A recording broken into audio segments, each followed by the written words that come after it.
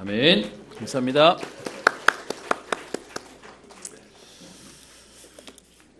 날씨가 많이 쌀쌀해졌습니다. 오늘도 오신 여러분들 주의 이름으로 축복하며 하나님 주시는 샘을 얻는 날 되기를 소원합니다. 옆에 있는 분들하고 한번 인사하겠습니다. 성도님은 가정 가문 살릴 소중한 분이십니다. 한 번 더 인사하겠습니다. 하나님이 하실 힘을 반드시 주실 겁니다. 아멘. 하나님이 그래서 저와 여러분들을 부르셨어요. 여러분 생각에 나 혼자만 와 있다고 생각하는데요, 그 여러분들의 가정과 가문 현장을 살리도록 우리를 부르시고 우리에게 하나님은 그 현장 살릴 응답을 주시겠다라고 얘기합니다. 오늘도 그 힘을 얻는 예배 시간 되기를 소원합니다. 대구 촌놈이 학교 때문에 서울을 이제 가게 됐고요. 서울 가게 되는 중에 여러분 그게 있습니다. 우리 이쪽 경상도 지역에서는 튀면 안 되는 문화잖아요. 그러다 보니까 사람이 있어도 또 다른 성향이 있어도 별로 표가 안 나는데, 저 윗동네를 갔더니 이제 표가 많이 나는 겁니다. 그 중에 제가 잊을 수 없는 한 만남이 있었는데 1학년 돼서 얼마 안 됐는데요, 그 당시에 학교의 현장의 흐름을 바꾸겠다라고 얘기해서 정오 찬양 모임이라는 것을 했습니다. 사실 유 목사님이 말씀하시기도 하셨고 현장에 흑암 꺾고 찬양하는 분위기를 만들자라고 했는데, 제가 다니는 학교는 신학교니까 사실은 그 정오 찬양이 더 쉽기도 했고요. 근데 그렇게 해서 모임하는데 우리는 이 복음 안에 있는 사람이 모였는데, 그렇게 했더니 학교 안에 그게 너무 좋다고 동참하는 사람들이 이렇게 모이는 겁니다. 근데 그 중에 한 자매가 오게 되었는데, 사람 생긴 거는 천상 여자입니다. 이렇게 예쁘장하게 생겼고, 그리고 이제 막 1학년 들어와서 같이 학교를 다니는 친구인데, 이 친구의 특이한 점이 하나 있습니다. 목소리가요 완전 허스키예요. 그래서 왜 그런 거 있잖아요. 생긴 거는 멀쩡한 처녀고 멀쩡한 아가씨인데 목소리는 완전히 이렇게, 죄송합니다. 옛날에 제가 교회 다닐 때 권사님들 이렇게 목시어 계시는 이렇게 부흥사분들 목소리를 보게 되니까 제가 나중에 한번 물었습니다. 조금 이제 계속 보게 되니까요. 또 같이 입학하게 됐으니까. 그래서 원래 목소리가 허스키하냐라고 물었더니 원래 안 그렇대요. 그럼 왜 그러냐라고 물었더니 이 친구가 다니는 교회는 망우 사거리에 있는 감리교에서 제일 큰 교회. 제가 이게 유튜브에 자꾸 올라가 가지고요, 이제 실명을 좀 덜 거론하겠습니다. 그 망우 사거리에 있는 감리교에서 제일 큰 교회를 다니는 친구인데, 감리교에 다니는 친구가 왜 장로교에 있는 신학교를 왔는지 물었더니 자기는 유아교육으로 이제 하려고 하는데 자기 학교에는 유아교육이 없대요. 감리교 신학교에는. 그러다 보니까 이제 우리 유아교육학과로 오기 위해서 왔다는 겁니다. 그런데 그 교회의 분위기가 어떠냐 하면 이렇게 원래 그 감리교 상황 자체가 조금 우리랑 다른 게 장로교는 하나님의 절대 주권을 인정합니다. 그러다 보니까 이게 워낙 확실해 가지고요. 약간 뭐 우리가 안 해도 하나님 하시겠지가 워낙 확실한 믿음으로 들어가 버려서 저희는 조금 이렇게 좀 잔잔한 분위기라면 감리교는 하나님이 역사하시려면 우리가 반응해야지 응답이 돼. 이제 이런 분위기가 있다 보니까 조금 더 적극적인 신앙생활인데요. 그 교회에 자기가 초등부 교사를 하는데 목요일 저녁마다 철학기도를 한답니다. 한 번 빠지면 바로 교사 아웃. 그래서 거기에 가서 교회 전체 분위기 자체가 어떠냐? 내 기도하고 막 이렇게 하나님 능력 받아야 된다 그러고 부르짖고 이러다 보니까 본인 목소리가 가버렸다는 겁니다. 그러니까 제가 그 얘기를 듣는데 너무 당황스러운 겁니다. 목요일마다 초등학교 교사를 하는 교회학교 교사를 하는데 목요일마다 철야기도에 한 번이라도 빠지면 교사 자리가 탈락인데 그래서 교회가 유지되냐 그랬더니 그런데도 하려고 난리를 친대요. 그래서 거기에서 생활하는 신앙생활 하다 보니까 본인 목소리가 허스키하게 이렇게 그냥 변해버렸다라는 얘기를 들었습니다. 오늘 제가 이렇게 시작하는 이유가 있습니다. 여러분 신앙생활 우리가 예배드리고 기도하는데요. 눈에 보이지 않는 하나님이 지금도 우리에게 역사하시고 응답하셔서 우리 인간의 눈으로 하나님을 다 이해할 수 없고 하나님의 계획을 다 깨달을 수 없습니다. 그러다 보니까 사람들마다 신앙의 색깔들이 조금 나와요. 이 사실을 아시고 예수님이 마태복음 16장 13절에 사람들에게 묻습니다. 사람들이 나를 누구라 하느냐라고 질문합니다. 그랬더니 제자들이 대답하는데요. 어떤 사람들은 예수님 보고 세례요한이라고 얘기하고 어떤 사람은 엘리야라고 얘기하고 예레미야나 선지자 중에 하나라 합니다라고 얘기를 합니다. 여러분 마태복음 16장 13절에서부터 얘기하는 그 예수님에 대해서 사람들이 말하는 세례요한 같습니다. 엘리야 같습니다. 예레미야 같습니다. 선지 중에 하나 같습니다라는 이것이 오늘날 지금도요. 한국교회와 세계교회 가운데 신앙의 색깔대로 쭉 나누어집니다. 그러다 보니까 우리가 설치면 안 돼. 하나님이 하시는 거기 때문에 하나님의 주권 속에 들어가는 것이 그게 신앙생활이야. 그게 우리의 신앙의 칼라라면 또 어떤 데는요. 하나님이 역사하시려면 할 만한 데 역사하시는 거라 가만히 있으면 역사 안 하셔. 우리가 막 부르짖고 하나님 역사하셔야 돼. 또 그런 데가 있고요. 또 어떤 데는 하나님은 약자의 하나님이라는 겁니다. 그래서 사회에 부도덕한 것과 부조리한 것과 정의로운 것에 교회가 가장 앞장서서 가장 어려운 사람들을 도와야 되는 거야 라는 데도 있고요. 그래서 예전에 여러분 아시는 시국선언하면 목사님들 막 머리 깎고 나오는 교단도 있고 교회도 있었습니다. 그리고요 또 어떤 교회는 교회는 구제하고 봉사해야지 박애주해야지 라고 해서 뭐 국수도 끓여주고 밥도 해주고 나가가지고 지금도 사랑의 밥차 해서 매일 그렇게 구제하는 교회도 있습니다. 그런 중에 사실은 우리 많은 교회들이 하나님 말씀대로 오늘도 8장 1절에 내가 오늘 명하는 모든 명령을 너희는 지켜 행하라 라고 얘기하다 보니까 하나님 말씀대로 살아야지라고 해서 율법주의로 살는 교회도 있습니다. 여러분 하나님 분명 우리에게 말씀 주셨습니다. 우리 율법을 지켜야 됩니다. 그런데요 그리스도보다 앞선 모든 것들은 틀린 것입니다. 그래서 주의란 말은 참 조심해야 됩니다. 분명히 성경에는 신비한 하나님의 역사가 있습니다. 그런데요 신비주의가 되면 곤란합니다. 우리는요 모든 것이 하나님 중심이어야 되고요. 모든 것은 그리스도로 결론 나야 됩니다. 그래서 그리스도 말고 우리에게 어떤 사상도 어떤 것도 우리에게는 우선시되면 안 됩니다. 그래서 제가 잘 쓰는 표현인데요. 여러분 전도보다 급한 거 없고 그리고 복음보다 중요한 거 없고 전도보다 급한 거 없습니다. 그리고 이 땅에는 그리스도 말고는 다 변하는 것입니다. 그래서 그리스도만 진짜고요. 지금 시대에는 맞다고 할지 모르지만 과거에는 안 맞을 수 있고요. 앞으로 미래에도 안 맞을 수 있습니다. 그리스도만 정확하고 완전한 것입니다. 그런데 지금도 많은 분들이 이 신앙의 색깔 속에 그 모양이 전부인 줄 알고 사는 겁니다. 아마 여러분도 아시다시피 저도 합동식 교단에서 커서 그렇게 배웠는데 주일날 돈 쓰면 큰일 나는 줄 알았습니다. 어떤 면에서는 그 주일 성수라는 개념이 주일날 땡 하면 아무것도 하면 안 되고 주일날 땡 하면 하기 전에는 공부해도 안 되고 먹을 거 해도 안 되고 그래서 예전에 제가 말씀드렸지 않습니까? 토요일날 과자를 2개 사놓는다고요. 주일날 돈 쓰면 안 되니까 매일 하루씩 과자 사 먹는 게 그게 낙인데 주일날 돈 쓰면 안 되니까 토요일날 2개 사놓는 놔야 되는.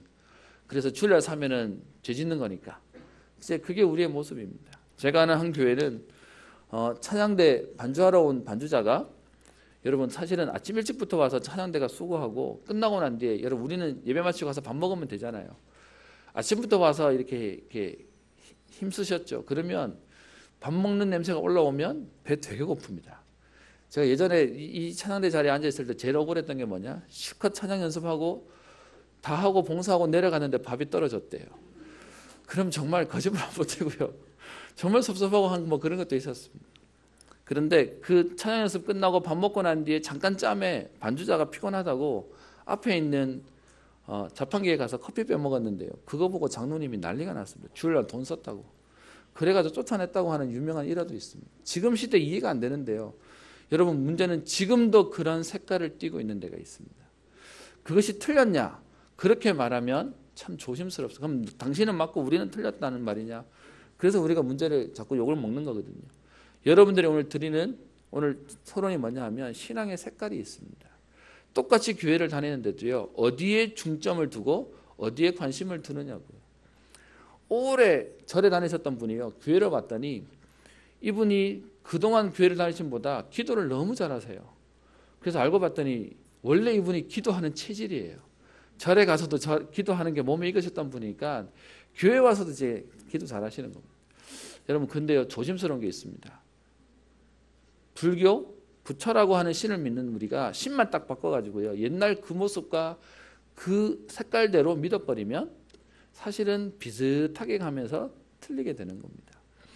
그래서 성경은 우리에게 뭐라고 얘기하냐, 예수님에게는 어떤 모습 속에는 세례요한 같은, 또 어떤 모습에는 엘리야 같은 신비적인 모습이, 또 예레미야 같은 박애주의적인 모습이, 또 선지자와 같은 율법적인 모습이 나오지만 우리가 믿는 그리스도는요, 어느 하나에 치우치는 것이 아닌, 베드로가 대답합니다. 마태복음 16장 16절에 주는 그리스도시요 살아계신 하나님의 아들이십니다 라고 고백합니다. 여러분 그리스도라는 말에는 기름 부음 받은 자라는 말의 의미가 있는 것이고요, 구약에 기름 부음 받은 자가 왕과 제사장과 선지자가 있었습니다.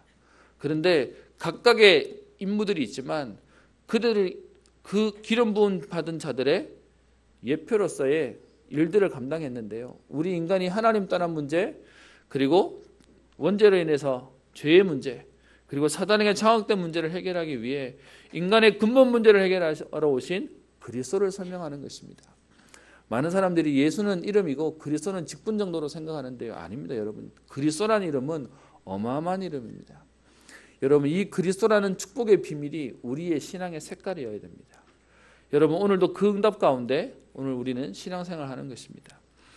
그래서 여러분 그리스도의 비밀을 제대로 아는 것이 신앙생활을 제대로 하는 겁니다. 열심히 하는 것도 아니고요, 성경을 잘 아는 것도 아니고요. 많은 분들이 본인에게 맞는 성향의 신앙생활을 합니다. 그런데 성경은 얘기하기를 예수가 그리스도다라고 얘기합니다.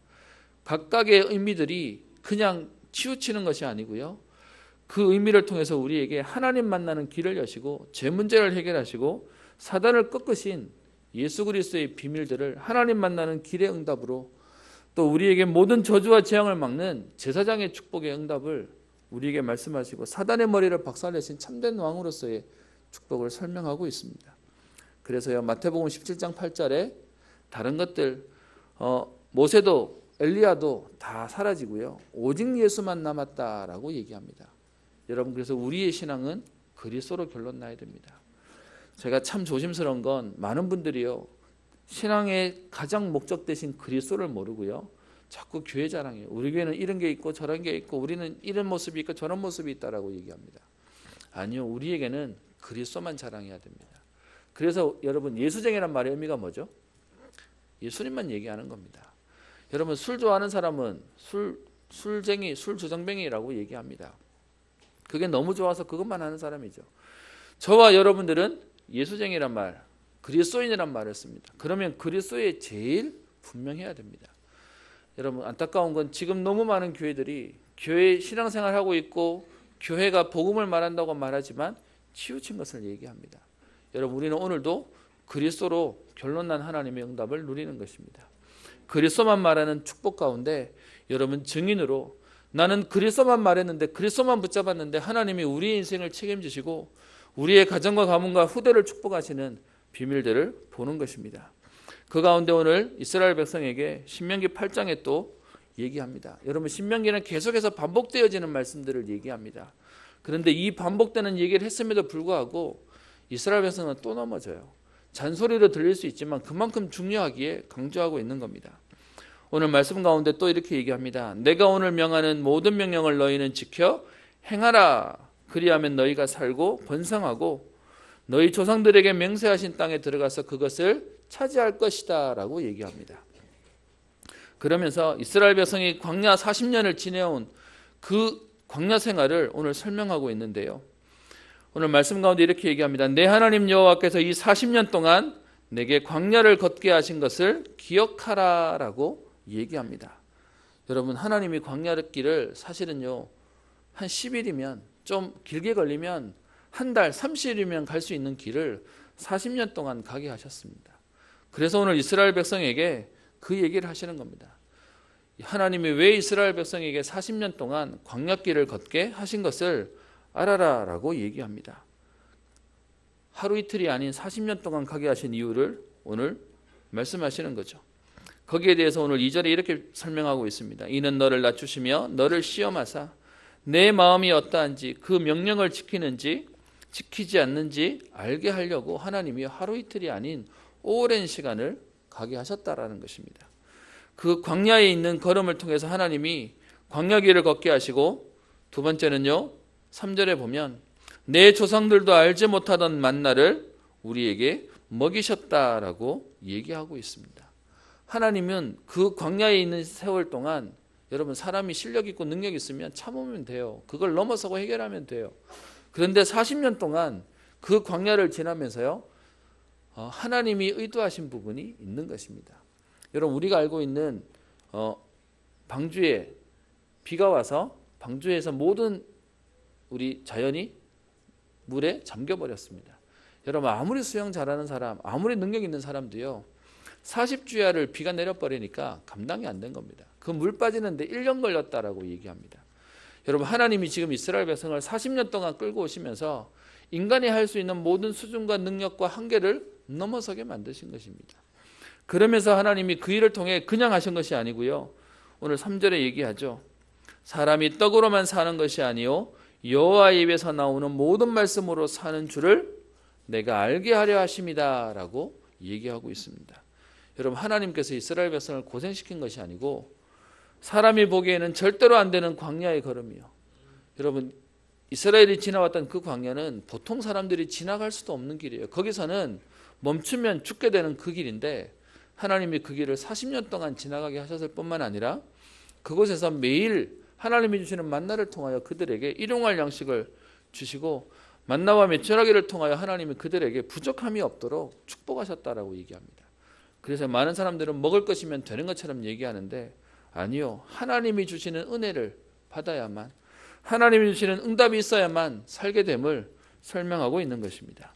그것뿐만 아니라 오늘 4절에 이 40년 동안에 내 의복이 헤어지지 아니하였고 내 발이 부르트지 아니하였느니라 라고 얘기합니다. 여러분 광야 40년 동안 있으면서요 많은 사람들이 걸려있는 의식주 문제 오늘 순서대로 얘기하면 식의주 문제를 오늘 말씀 가운데 어떻게 하십니까? 우리는 이것이 인생의 전부라고 생각하는데 하나님은 그 의식주, 식의주 문제를 하나님이 해결하신다라는 부분을 광야에서 설명하시는 것입니다. 그래서 저와 여러분들이 기억해야 될 것은요. 이 땅을 살아가는데 우리는 자꾸 편안해야 되고 우리는 경제가 응답받아야 되고 우리는 그래서 힘이 있어야 되고 돈이 있어야 된다라고 얘기합니다. 그런데 성경은 그렇게 말하지 않고요. 하나님의 은혜가 있어야 된다라고 얘기합니다. 출애굽기 19장 4절에 보면 내가 어떻게 애굽 사람에게 행하였음과 내가 어떻게 독수리 날개로 너희를 업어 내게로 인도하였음을 너희가 보았느니라 라고 얘기합니다. 광야 40년의 기간 동안 하나님의 역사는 뭐냐? 하나님이 우리를 업어서 인도하셨다고 얘기합니다. 신명기 1장 31절에는 사람이 자기의 아들을 안는 것 같이 너희의 하나님 여호와께서 너희가 걸어온 길에서 너희를 안으사 이곳까지 이르게 하셨느니라 라고 얘기합니다. 여러분, 광야 40년 동안 무엇을 기억하도록요? 야, 너무 힘들었다, 너무 고생스러웠다가 아니고요. 그 힘든 기간을 하나님의 은혜로 인도함 받게 하셨다라고 고백되어지게 하는 것이 하나님의 의도다라고 얘기합니다. 여러분, 우리는요 자꾸 문제 때문에 어렵다라고 얘기합니다. 아니요, 진짜 우리에게 있는 건요, 잘 되면 그럼 우리는 응답 받는 겁니까? 여러분, 우리 자녀에게 좋은 것 줬더니 훌륭하게 자랍니까? 아닙니다. 사실은 훌륭한 것을 전달해 주지 못해도요, 우리 자녀에게 하나님 주시는 은혜가 있으면 그것을 넘어서는 은혜가 있는 것입니다. 그래서 오늘 8장 2절에 모세가 이스라엘 백성들에게 오늘 질문하는 것이 있습니다. 내 하나님 여호와께서 이 40년 동안 내게 광야를 걷게 하신 것을 기억해라. 그래서 오늘 제목을요, 광야 길을 걷게 하신, 40년 동안 광야를 가게 하신 하나님의 의도를 살펴보고자 합니다. 여러분, 하나님이 왜 이스라엘 백성에게 광야길을 걷게 하십니까? 고생해 보라고요? 불신앙했기 때문에 벌 받으라고요? 아니요. 오늘 말씀에 이렇게 얘기합니다. 이는 너를 낮추시며 너를 시험하사라고 얘기합니다. 하나님의 의도는 우리를 고생시키는 것이 아니고요, 우리를 낮추시겠다라고 얘기합니다. 여러분, 하나님의 취미가 자꾸 우리를 누르는 거겠습니까? 아닙니다. 저는 사실 지난주도 운동하다가 손목을 좀 이렇게 다쳤는데요, 한동안 손이 좀 불편했습니다. 근데 사실 제게는 잊을 수 없는 사건 하나가 몇 번 설명드렸던 제 다리가 부러져서 2번 수술했던 상황이었습니다.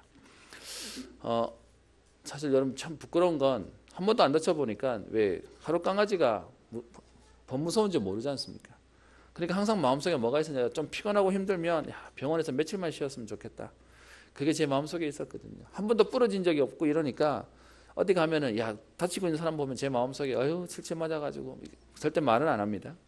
그게 제 모습이었는데 어느 날 운동하다가 다리가 부러져 버렸습니다. 병원에 갔더니 그 의사 선생님 얘기로는 이렇게 부러지는 건 덤프트럭에 깔리는 수준이라고, 완전히 뼈가 으스러져 버렸다는 겁니다. 그래서요, 그 다리 때문에 1년 동안 심 받고 다니면서 너무 불편하게 살았습니다. 그때 제가 주택 2층에 살았는데 이렇게 정문으로 들어가서 뒤에서 이렇게 2층으로 올라가는 계단인데요, 얼마나 가파른지 이 목발 짚고 올라가는데 뒤로 몇 번이나 넘어졌으면 큰일 날 뻔했을 만큼 힘들었습니다. 그때만 해도 저희 집에 아직 소파가 없고 침대가 없는 집이었는데, 여러분, 다리가 이렇게 기부스해가지고 힘든 게 뭐냐, 화장실 들어가서 앉았다 일어났다, 바닥에 누웠다 일어났다, 너무 힘든 겁니다. 정말 거짓말 안 버티고 다친 것도 다친 건데 제 인생의 모든 것들이 이제 걸리는 겁니다.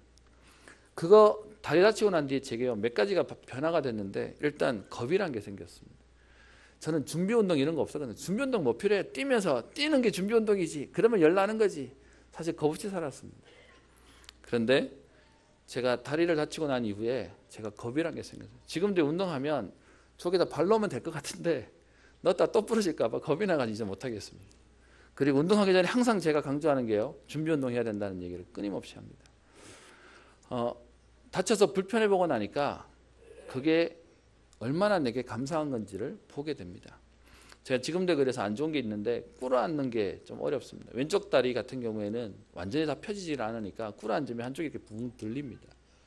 그래서 혹시 여러분 집에 신방 갔는데 제가 잘 안 꿇어앉는다고 뭐라 하지 마시고, 제가 워낙 이게 자세가 안 좋아져서 잘 안 합니다. 여러분, 하나님이 우리를 낮추신다는 말의 의미가 뭡니까? 사람은요, 문제 생겨보지 않으면, 어려움 당해보지 않으면 사실은 잘 모릅니다. 잘 되면서 깨달으면 좋은데, 인간은 사건을 만나고 어려워지고 난 뒤에서야 깨달아지게 됩니다. 그래서 오늘 말씀 가운데 하나님의 의도가 뭐냐, 광야길을 걷는 우리에게 너를 낮추시며 라고 얘기합니다. 그래서 오늘 이 말을 몇 번이나 쓰고 있습니다. 8장 2절에도요, 이는 너를 낮추시며, 3절에도 너를 낮추시며, 또 뒤에 16절에도 그 얘기를 하고 있는데요, 이는 다 너를 낮추시며 너를 시험하사라고 얘기합니다. 여기서 말하는 낮춘다는 말의 의미가 뭡니까?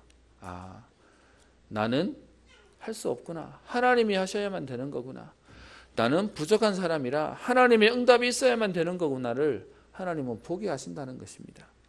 그래서요, 지금도 하나님은 우리에게 문제와 사건을 통해서 감사가 회복되어지도록 오늘도 그 일을 통해서 하나님의 은혜가 아니고서는 안 되는 부분들을 보게 만드는 것입니다. 저는 지금도 너무 안타까운 게요, 하나님 믿지 않는 사람들이 하나님 어디 있냐고 큰소리 빵빵 칩니다. 여러분 어떤 면에서는 그 사람들이 지금 하나님 없다고 말할 수 있는 조건이 뭐냐? 하나님이 이 땅에 주신 일반 은총은 받고 있기 때문에 그렇습니다. 날이 뜨고 해가 지고 그리고 공기가 있고 마실 물이 있고 그리고 먹을 식량이 있으니까요. 하나님 믿지 않아도 주시는 일반적인 은총을 받고 살다 보니까 그들이 하나님 없다고 큰 소리치고 사는 겁니다. 그래서 여러분 하나님이 살아있는 동안 기회를 주시는데 그 하나님의 일반 은총이 전혀 없는 정말로 하나님이 없는 지옥으로 보내버리는 거잖아요. 여러분 지옥이 왜 무섭습니까? 하나님의 일반 은총도 없는 곳입니다.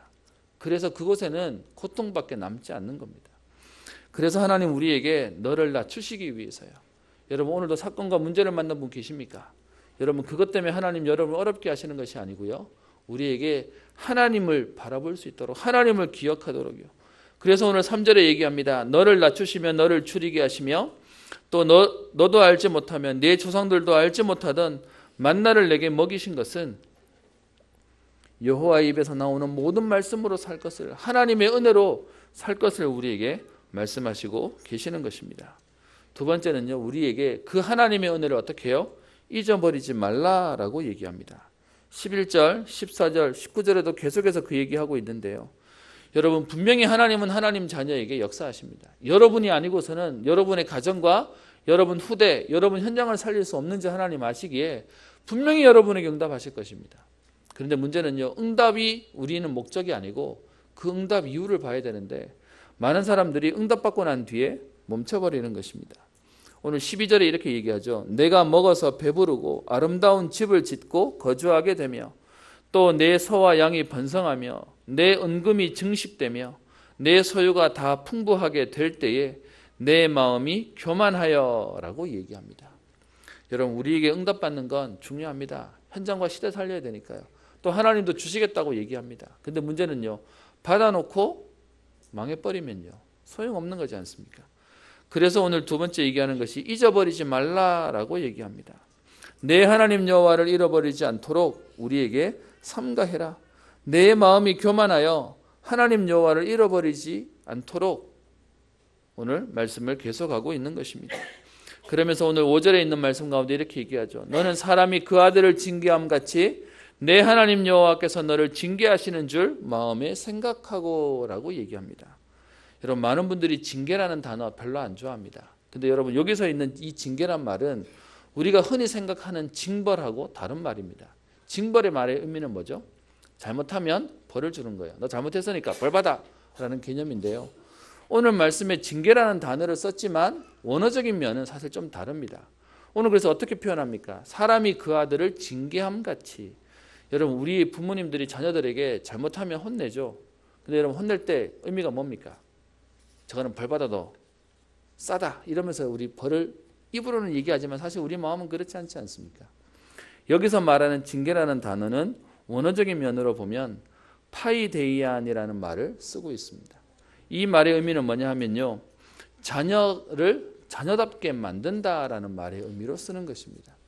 여러분 어느 부모가 자녀를 때리면서요. 맞아서 멍들고 맞아서 죽어라 그런 부모 없지 않습니까? 여러분 어떻게 하죠? 자녀를 혼내면서 마음은요.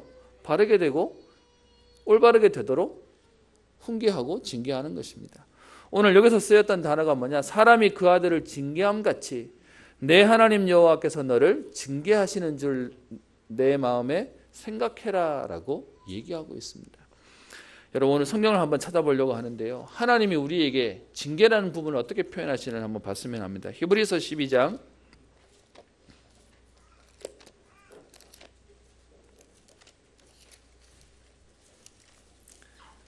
히브리서 우리 신약성경 저 뒷부분에 있는데요. 신약성경 366페이지에 보시면 나옵니다. 히브리서 12장 5절에 이렇게 표현되어 있습니다.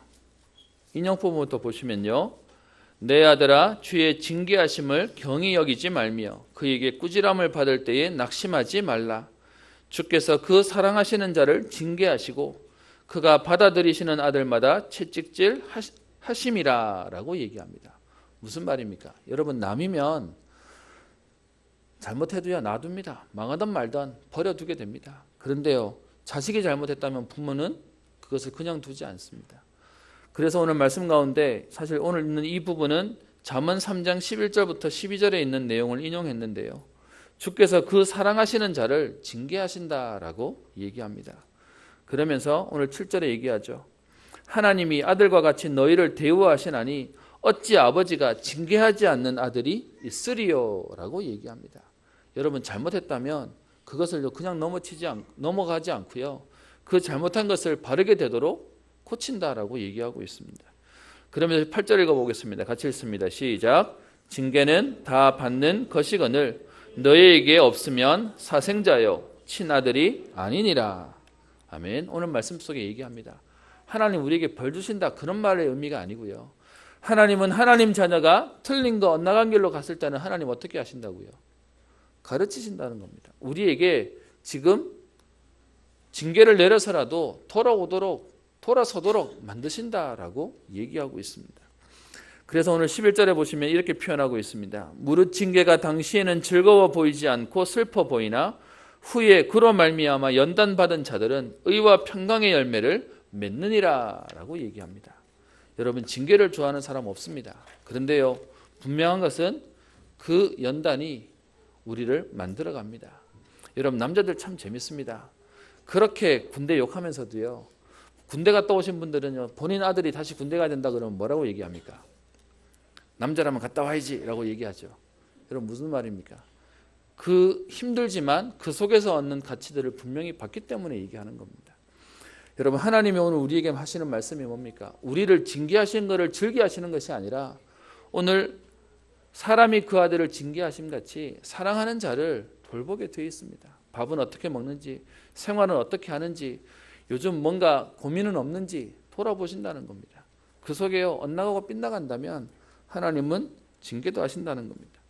여러분 이 파이데이안이라는 징계라는 그 말의 의미에서 어린이 선교협회라고 하는 파이디온이라는 단체가 이 말에서 나왔습니다. 무슨 말이에요? 하나님 자녀답게 만든다는 겁니다. 오늘도 하나님은 우리를요 버려두지 아니하시고요. 여러분 아시죠? 사랑의 반대말은 미움 아닙니다. 사랑의 반대말은 뭐죠? 무관심입니다. 그냥 방치해놓고 버려두는 겁니다. 하나님이 저와 여러분들을 징계하신다는 건 하나님이 우리를 절대로 포기하지 않으신다는 응답으로 말씀하시는 것입니다. 그래서 오늘 하나님의 의도는 우리를 낮추시며 그리고 그 하나님을 잃어버리지 않도록 그래서 하나님이여 사랑하시는 자녀에게 지금도 훈계하시고 가르치신다라고 얘기하고 있습니다. 여러분 그렇게 하나님이 우리를 훈계하시는 이유가 뭡니까? 그게 7절에 나오는 내 하나님 여호와께서 너를 아름다운 땅에 이르게 하시나니라고 얘기합니다. 여러분들이 혹시 어마어마한 재산을 가지고 있어도요 자식에게 유산으로 남겨주고 싶어도요 이 자식이 그것을 감당 못할 것 같으면 안 주는 겁니다. 오늘 하나님이 우리를 징계하시고 우리를 하나님 자녀답게 만드셔서 우리에게 하나님이 하시는 약속이 뭡니까? 아름다운 땅을 우리에게 이루도록 그 땅을 차지하도록 하나님이 하시겠다라는 것입니다. 우리를 만들어서 하나님이 약속하신 땅을 정복하게 하시겠다라고 말씀하십니다. 그 하나님이 약속하신 땅이 어떤 땅입니까? 7절에 얘기합니다. 그것은 골짜기든지 산지든지 시내와 분천과 샘이 흐르고 라고 얘기합니다. 시냇물과 연못과 그리고 그 물이 흘러가는 그 시냇가가 있는 그곳을 오늘 말씀을 통해 우리에게 약속하시는 것입니다. 여러분 젖과 꿀이 흐르는 가나안 땅을 놓고 광야와 같은 땅을 지나갔던 우리에게 그 옛날과 다른 하나님 미래를 반드시 달라질 미래를 우리에게 약속하고 계시는 것입니다. 8절에는요 밀과 보리의 소산지요 포도와 무화과와 석류와 감람나무와 꿀의 소산지다. 그래서 신학자들이 이것을 가지고 가나안에 있는 7가지 보석이라는 의미의 가나안 7보라고 얘기합니다. 밀, 보리, 포도, 무화과 그리고 석류, 감람나무는 올리브유를 말하는 거죠. 그리고 꿀 이것들을 얻게 되는 그 땅으로 하나님 응답하시겠다라고 얘기합니다. 저와 여러분들에게 하나님 주시는요 우리를 만들어서 하나님이 주시는 모든 이 땅을 정복하고 또 이 땅을 다스리는 그 하나님의 권세를 우리에게 약속하시는 것입니다. 그 일을 할 수 있도록 우리를 어떻게 해요? 만들어 가시겠다라고 얘기하는 겁니다. 그래서 광야를 지나오는 그 시간은 우리를 고생시키는 시간이 아니라 우리를 만들어 가시는 우리를 하나님의 자녀답게 만들어 가시는 응답의 통로다라고 얘기합니다. 여러분 우리 생각에는 출애굽시킨 이스라엘 백성들을 그대로 가나안 땅에 데려가면 더 좋았을 것 같지 않습니까? 그럼 여러분에게 여쭤보겠습니다. 애굽의 노예로 있었던 이스라엘 백성들이 그 생각, 그 감각, 그 기질과 그거 가지고 그대로 가나안 땅 들어갔으면 그것이 천국이 되겠습니까? 누가 얘기하더라고요. 지금 이 사람들이 교회에 있는 저와 여러분들이 그대로 천국 가면 그건 천국 아니고 지옥이라고 누가 얘기하시던데 왜 우리의 기질대로 여전히 싸우고요. 우리는 여전히 비교하고요. 여전히 경쟁하고요. 우리는 여전히 그것 때문에 갈등하고 아파할 거기 때문에요. 그래서 하나님 어떻게 하십니까? 그래서 출애굽시킨 이스라엘 백성을 포기하지 않으시고 가나안에 가는 광야의 시간들을 우리에게 주시는 것입니다. 그럼 여러분 잘 안 되고 있는 여러분들을 보면서요. 더디고 있는 여러분들을 보면서 고민하고 갈등하지 마십시오. 안 되는 게 아니고요. 되고 있는 중입니다. 하나님이 만들어 가시는 중입니다. 어떤 면에서는 참 모자라는 제가 하나 고백할 수 있는 건요. 나 같은 사람도 만들어 가시는 하나님이 지금도요 성령으로 모든 사람들을 치유하시고 만들어 가실 게 믿어집니다. 제 자녀도 마찬가지고요. 여러분과 여러분들의 후대를 보면서 제가 믿어지는 건요. 현장 가서 복음 전하면서요. 안 듣는 사람들을 쳐다보면서 제 마음속에 하나 믿어지는 게 있습니다. 분명히 하나님이 저들을 만들어 세우실 것입니다. 그 기간이 지금 걸리고 있는 중입니다. 그래서 오늘 우리에게 하시는 말씀이요. 그 아름다운 땅을 우리를 들이실 건데 9절에 얘기합니다. 그 땅은 어떤 땅입니까? 먹을 것에 모자람이 없고 내게 아무 부족함이 없는 땅이며 그리고 10절에요. 내가 먹어서 배부르고 내 하나님 여호와께서 옥토를 내게 주셨다라고 얘기하고 있습니다. 그 응답을 우리에게 응답으로 누릴 수 있도록 얘기합니다. 여러분 예전에는 좋은 학교, 좋은 직장 들어가는 게 꿈이었습니다. 근데 여러분 요즘은 옛날하고 달라져서요. 들어가도 잘리는 시대가 돼버렸어요. 그래서 지금 들어가는 것보다 더 중요한 건요. 내게 그럴 만한 진짜 실력이 있어야 되는 겁니다. 하나님이 지금 아름다운 땅에다 들여보내시는 것을 말씀하시는 게 아니라 그 땅을 당연히 누릴 수 있고 그 땅을 정복할 수 있는 하나님 자녀답게 만드시는 시간을 보내고 계시는 것입니다. 그래서 여러분 신앙생활 하는 여러분들에게 훈련이라는 단어가 되게 낯설 겁니다. 그냥 신앙생활은 와서 기도하고 예배드리고 그냥 그렇게 시간을 보내면 된다라고 얘기하는데 여러분 훈련이라는 단어는 조금 다른 겁니다. 여러분들 구원에는 훈련이 필요 없습니다. 하나님 은혜로 주시는 거니까요. 그런데 저와 여러분들이 현장 살릴 전도자로서는 훈련이 필요합니다. 그래서 여러분 생각에 내가 진짜 우리 가정과 가문 살리고 싶습니다. 여러분들 생각에 내가 진짜 사람을 살리는 전도자의 응답을 누리고 싶습니다 하시는 분들은요. 예배 가지고 안 된다는 의미가 아니라 전도자의 훈련을 따로 받으시는 겁니다. 이번에 우리 오는 주에 하는 집중훈련에 대한 개념도요. 이거 안 받으면 구원 못 받냐? 그건 아닙니다. 구원은 우리에게 하나님 은혜로 주시는 것입니다. 그런데요. 우리가 갈 그 가나안 땅을 이 땅을 살아가는 저와 여러분들에게 저 천국에 가서 주신 응답이 아니라 오늘 내가 있는 이곳이 우리의 가정과 가문과 현장이 그 천국의 응답을 누리고 정복의 응답을 누리는 비밀로 하나님 우리에게 훈련이라는 부분들로 시간표를 주시는 것입니다. 그래서 우리에게 오늘 결론적으로 하시는 말씀이 있습니다. 여러분 16절에 보시면 이런 표현이 있습니다.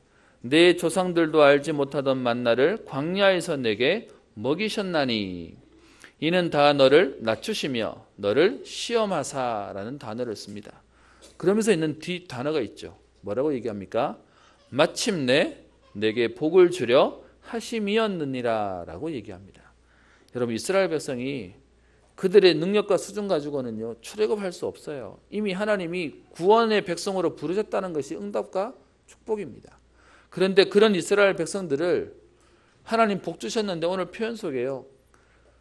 광야를 지나는 그 걸음 가운데 만나를 광야에서 내게 먹이셨나니 우리를 낮추시고 우리를 시험하시고 난 이후에 마침내 우리에게 복을 주신다라고 얘기합니다. 여기서 말하는 복은 구원의 복과 다른 거죠. 현장을 정복해 되어지는 응답을 말씀하시는 것입니다.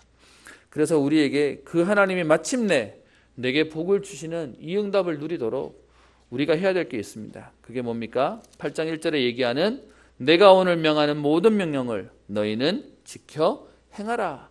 여러분 이 말씀이 계속 반복되어져서 나옵니다. 4장 1절, 5장 33절, 6장 1절부터 3절, 7장 1절부터 13절 그리고 오늘 또 8장 1절에 또 얘기합니다. 내가 오늘 명하는 모든 명령을 너희는 지켜 행하라. 여러분, 그 하나님이 하시는 약속을 굳게 붙잡으라는 겁니다. 그 말씀을 붙잡을 수 있다면 내가 하는 게 아니라 하나님이 하셔야 됩니다라고 되어야 그 말씀을 붙잡을 수 있기 때문에 하는 겁니다. 그러면 우리에게 주신 응답이 뭡니까? 8장 1절 뒤에요. 그리하면 너희가 살고 번성하고 우리에게 맹세하신 땅에 들어가서 그것을 차지하게 될 것이다 라고 얘기합니다. 마침내 우리에게 복을 주시겠다는 약속 가운데 우리에게 하나님이 하시는 응답입니다. 그리고 11절에 얘기하는 하나님의 응답은 분명히 우리에게 올 것인데 잊어버리지 않도록, 그래서요 뭐 하라고요? 나는 안 잊어버려야지, 그런다고 안 잊어버리는 게 아니죠. 삼갈지어다 라고 얘기합니다. 저와 여러분들이 이것 때문에 집중, 이것 때문에 하나님의 은혜 속으로 우리가 멈춰야 되는걸 얘기하고 있습니다. 여러분, 에스겔서에 있는 그 말씀에 계속 반복되어지는 내용이 뭐냐? 이스라엘 백성이 하나님의 백성인데 하나님의 언약을 놓치고 바벨론의 포로로 잡혀갑니다. 그렇게 되는 상황들을 에스겔 선지자를 통하여 설명하는데요. 그 속에 에스겔 선지자가 하나님께 질문합니다. 어떻게 하나님의 백성이 저 불신자에게 포로로 잡혀갈 수 있습니까? 라고 얘기하는데요. 그때 계속해서 하나님이 에스겔서 6장부터 39장에까지 60번 이상 반복되어지는 단어가 뭐냐? 내가 여호와인 줄 그들이 알리라 라고 얘기합니다. 하나님이 우리에게요 아픔을 주시는 게 아니라 하나님을 알도록 하나님의 상황을 만드신다는 겁니다. 하나님이 하셔야 된다는 사실들을, 하나님이 우리와 함께 하시고 역사하신다는 사실들을 보게 만드시도록, 그래서 잊어버리지 말라라고 얘기합니다. 그런 우리에게 오늘 10절에요 결론적으로 하시는 하나님의 응답이 있습니다. 왜 광야를 40년 동안 지나가게 하셨습니까? 말미암아 그를 찬송하리라 라고 얘기합니다. 그래서요 하나님께만 영광 돌리고 하나님만 자랑하며 하나님만 증거하는 인생으로 우리를 만드시겠다라고 얘기하고 있습니다. 여러분, 광야길을 걷게 하신 이유 여러분들 찾아지셨습니까? 여러분들이 하나님이 나를 지금 이 걸음 가운데 인도하게 하셨다는 부분이 보이십니까? 저는 사실 예전에는 모든 게 불평과 불만이었습니다. 제가 렘넌트 예배 때도 그런 얘기 잠깐 했었는데요. 여러분, 사람이 이렇게 딱 한계가 오고 불신앙과 불평이 오니까 하지 말아야 할 불평을 하기 시작하는 겁니다. 내가 바꿀 수 없는 불평이요. 왜 우리 아빠는, 왜 우리 집은, 왜 나는, 이거 가지고 내 걸려 있는 겁니다. 여러분, 이거 또 오래 하다 보면 완전히 붙잡혀서 눌려버려요. 그러니까요 모든 게 상처투성인 겁니다. 어떤 면에서 저의 예민함은 그때 눌렸던 건지도 모르겠습니다. 그게 제게 있었던 딱 갈등이었는데요. 그런데 어느 날 이게 하나님이 나를 보내시는 이유구나. 여러분, 제가 원로 목사 추대, 담임 목사 또 임직할 때 했던 제 답사가 있었습니다. 저는 렘넌트 출신의 목회자입니다. 저는 2세대 목회자의 자존심이 되겠습니다. 그러는 이 부분은 하나님이 제게 그래서 하나님이 나를 지금껏 인도하신 거구나. 여러분도 알다시피 저희 교회는 많은 성도님들의 눈물이 있는 교회입니다. 교회가 싸우고 분열되고 어떤 면에서 교회가 뺏길 뻔한 위기들이 생기고 그래서 주변의 욕들도 보게 되고요. 여러분도 그것 때문에 많이 기도하시고 여러분 눈물로 교회를 지키신 교회인데 저도 사실 그걸 어릴 때 어깨너머로 보면서 많은 눈물을 흘렸습니다. 여러분, 하나님이 우리에게 사건을 주시는 건요 그냥 말로 하는 게 아니라 보게 하시고 겪게 하셔서 그것이 감각이 되게 하시는 것입니다. 광야길을 걷게 하신 이유, 여러분들은 어떻게 말씀을 붙잡는지 모르겠지만 저는 하나님이 오늘 나를 이끄시는 하나님의 여정 가운데 믿어집니다. 나를 낮추시고 그리고 여호와를 잊어버리지 않게 하시고 그리고 사람이 자기 아들을 사랑하는 자를 징계하듯이 하나님이 하나님의 사람들을 만들어 가시는 것이 믿어지고 보여집니다. 그래서 저는 오늘도요 하나님의 절대 주권을 인정합니다. 여러분, 우리의 걸음을 통해서 더 강한 후대와 제자들을 하나님 주실 것입니다. 여러분, 그래서 우리에게 이것을 잊어버리지 않도록 집중하라라고 얘기합니다. 하나님께만 영광 돌리고 이 비밀의 증거를 누리며 신앙의 색깔들이 치우치는 것이 아니라 성경에서 약속하신 오직 그리스도의 비밀, 예수가 그리스도 되시는 이 언약의 비밀들을 누리시고 전달하며 여러분 가정과 가문과 후대 살리고 지역과 민족과 산업과 또 미래를 살리는 응답의 주역 되시기를 주의 이름으로 축원합니다. 기도합니다. 살아계신 하나님 아버지, 오늘도 우리에게 예배 가운데 부르시며 하나님, 우리의 지나간 모든 걸음들이 상처가 아니요 그것이 발판이 되어질 말씀들을 주시며, 사람이 떡으로만 사는 것이 아니요 여호와 입에서 나오는 모든 말씀으로 사는 줄 하나님의 은혜 속에 있는지 감사가 회복되어지게 하시며, 오늘도 하나님 앞에 믿음의 고백이 되어지는 응답의 예배 되게 하시니 감사를 드립니다. 하나님, 우리를 만드셔서 하나님이 약속하신 시내와 분천과 샘이 흐르는 곳으로 인도하시며, 가나안의 7가지 보석과 보물과 또 모자람이 없고 부족함이 없는 그곳으로 인도하시겠다는 약속을 붙잡고, 하나님이 나를 만드신 그 응답 가운데 훈련하며 집중하며 인도받기를 소원합니다. 오직 여호와만 찬양하게 하시고, 하나님께서 주시는 그 응답을 말미암아 더 강한 후대와 제자를 세우는 전도자의 걸음 되게 하옵소서. 오늘도 복음 때문에 행복한 날 되게 하시며, 하나님이 이 복음 때문에 인생을 걸 만한 이유와 가치들이 발견되어지는 축복의 하루 평생 걸음 되게 하옵소서. 감사드리며 살아계신 우리 주 예수님 이름으로 기도합니다.